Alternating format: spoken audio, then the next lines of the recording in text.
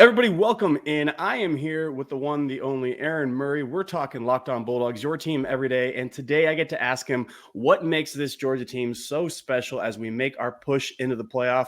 So join me as we talk about that today on Locked On Bulldogs. You are Locked On Bulldogs, your daily podcast on the Georgia Bulldogs, part of the Locked On Podcast Network, your team every day.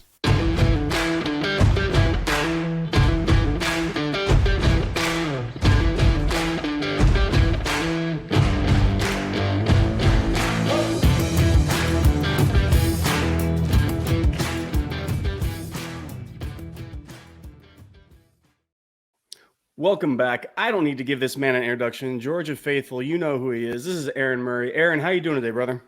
Man, doing good. Just getting ready for Christmas, and then obviously after that, the big game versus Ohio State the following weekend. So it's a good time of year, a lot of fun, a lot of excitement, especially when our dogs continue to go deep into the season and make those playoff runs. Yes, it is an exciting time. And ahead of that Dawgs December 31st matchup against Ohio State, there's no better way to kick off the tailgating than with a Twisted Tea. Fans 21 and up can go hear more about twistedtea.com for more information.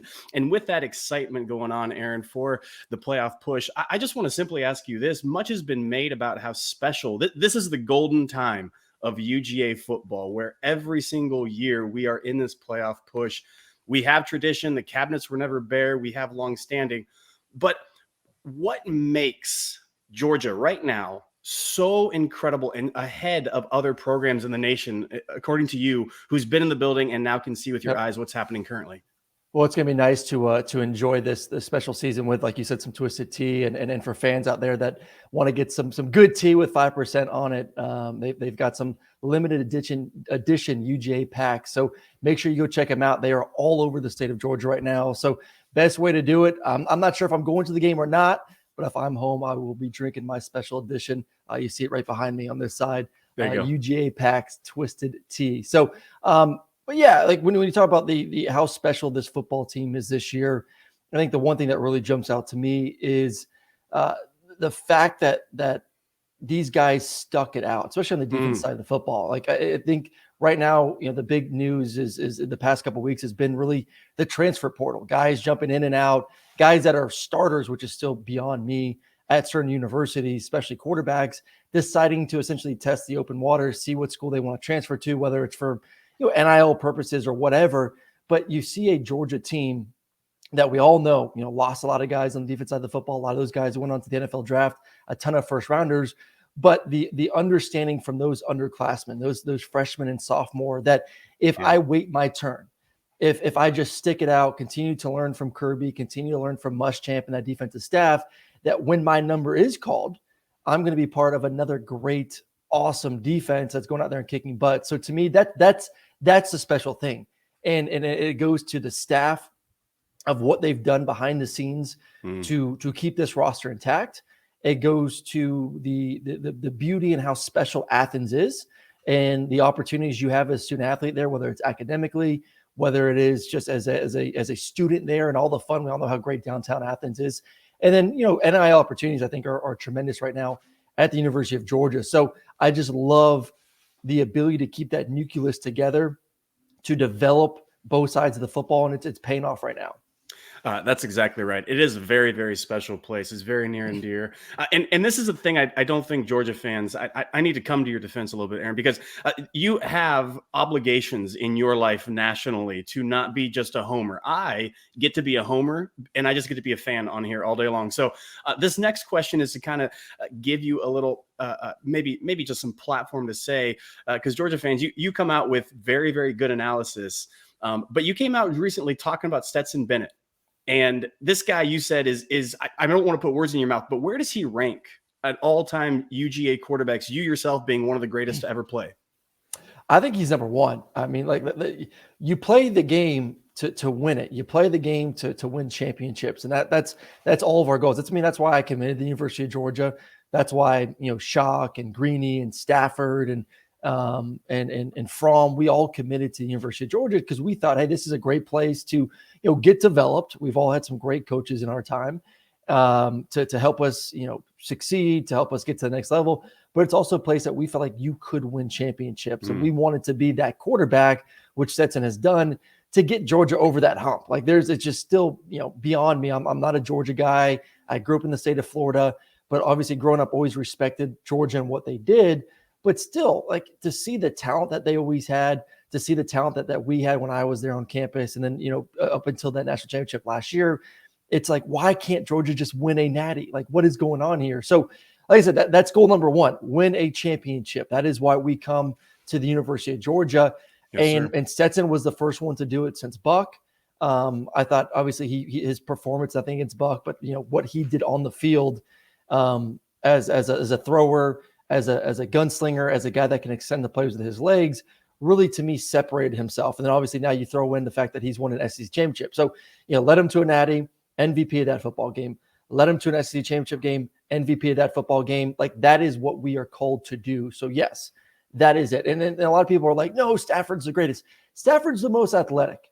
Stafford is the most gifted. I'm not saying this isn't the conversation of who's the most gifted quarterback in Georgia history. That is clearly Stafford. We know it. He's one of the most gifted quarterbacks in the world. The best quarterback in Georgia history is Stetson Bennett, and he has a chance, if he wins this natty, which I think they will, to further cement that.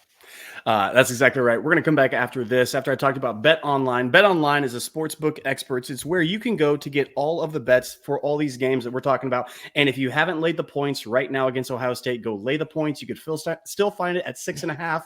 I have emptied out accounts.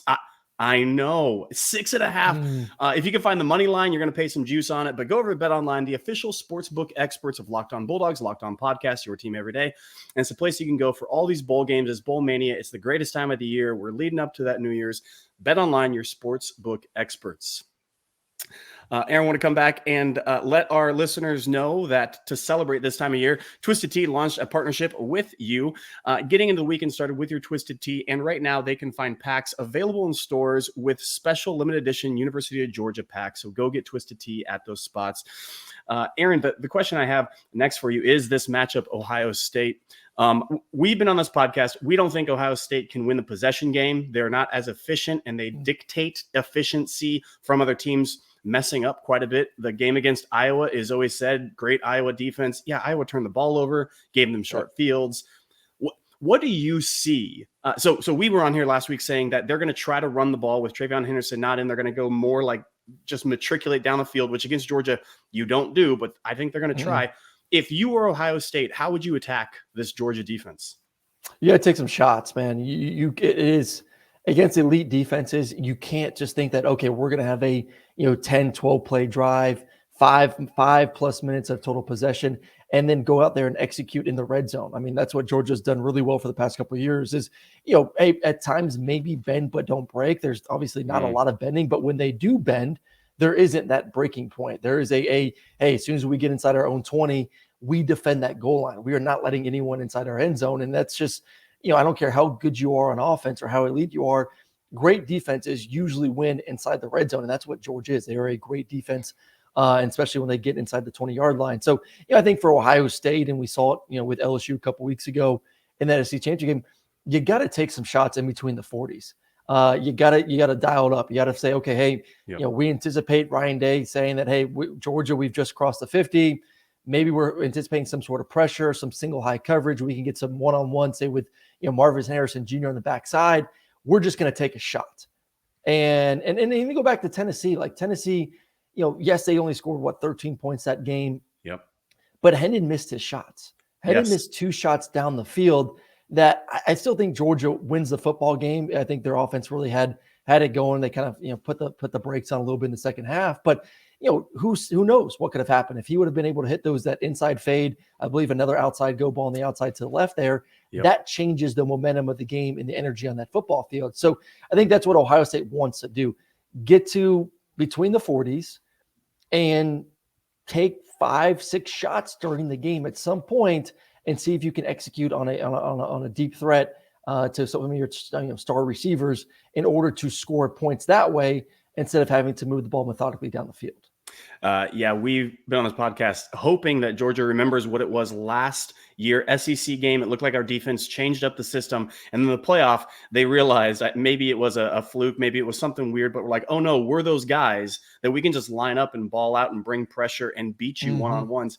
And that's where I think Keely Ringo and Malachi Starks to me are quintessential in this game. Keely, get him in phase, let him do one-on-one. Don't ask him to zone. When he gets in zone, I think he gets a little lazy. When he's manned up, things go a little bit better. Malachi Starks, do not get sucked up. I don't know how to say it anymore. Don't bite on that play action. Don't worry about anything in the run game. Let those linebackers do their thing, because the shots are going to be the case. What about the run game from Ohio State? Do you sense with TreVeyon Henderson out, you're right, we both agree that 10, 12 play drive, maybe you do that once. Maybe you get one of those against Georgia. You're not going to do 4 or 5 of those. So do you think without TreVeyon Henderson, their run game is going to be efficient at all? No, I don't think so. And I don't think they're going to want to run the football. I do. I think this is a game where you just say, and I said this about LSU a couple weeks ago, you have to literally have the mindset of we just have to hit go. We have to take shots. We have to throw the ball vertically down the field.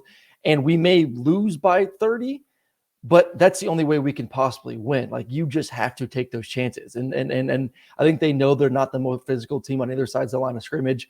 You know, we've seen them at times struggle this year against the run on defense. We've seen them struggle against the pass on defense. Honestly, like, I just think the defense is improved from last year, but not great. And then offensively, you know, I know they've been banged up at the running back position. That doesn't help build that consistency. But, you know, when you don't have a mobile quarterback, which they don't have, and when Georgia can just say, hey, your only run threat is your running back, and we can kind of, you know, zone into your zone schemes or your power schemes, and that's all you're going to present to us, I think you're playing right into their hands. This is, to me, I think Ryan Day has to just say, scrap the run game. Our goal is to score 40, 50 points. That's our mentality. And either we're going to do that or we're going to score 7 points, but we just can't play methodical type football in order to win. So I don't anticipate, I mean, they're going to attempt to do it at times, but I don't think you're going to see an Ohio State football team that's going to say, hey, we're going to start the drive off by trying to run the ball on first down and that sort of thing. I think it's going to be, hey, we got to throw the ball and have success early on in first and second down in order to win this football game. That's exactly right. We're going to come back right after this message with more. Yeah, I look back to the LSU game, and it was really weird.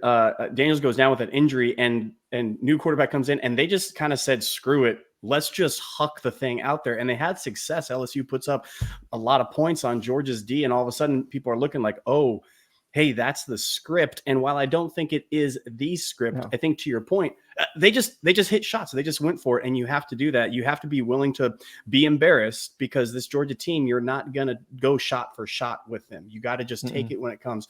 So let's go back to the offense really quick. Who's the X factor in this game offensively for Georgia?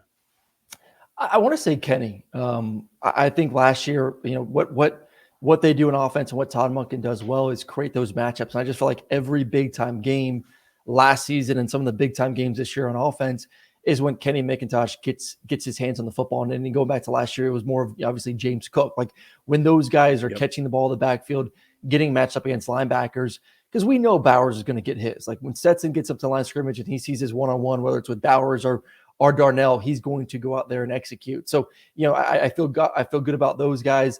I think if you want to continue to create some one-on-ones with a guy like, you know, McConkey, or it's great to see AD Mitchell back. He's a guy that, you know, obviously I was super excited to see this season, and unfortunately with all the injuries, but he balled out in the playoffs last year. He balled out in that national championship. Would love to see him take his game to another level. But in order to get those one-on-ones, if Kenny is a legitimate threat out of the backfield, and all of a sudden Ohio State's saying, hey man, we can't put a linebacker on him, we got to bring a safety down to cover him one-on-one in passing situations, that is going to open up those other guys to win their matchups on the outside. I love Kenny Mack. He is probably, in my eyes, this year has surpassed DeAndre Swift in kind of that pecking order of UGA running backs. Totality of his game, catching and running the ball out of the backfield. So he is a X factor. I think if you watch last year's playoff run, Zeus in the national championship game, they were just feeding him on pivotal drives, 5-6 yard chunks at a time. And this is Todd Monken's system. He wants to be balanced in it and spread the ball around to set up shots for all those other guys you talked about.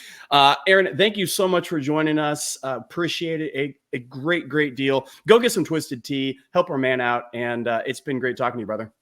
I appreciate it. Go Dogs. Go Dogs.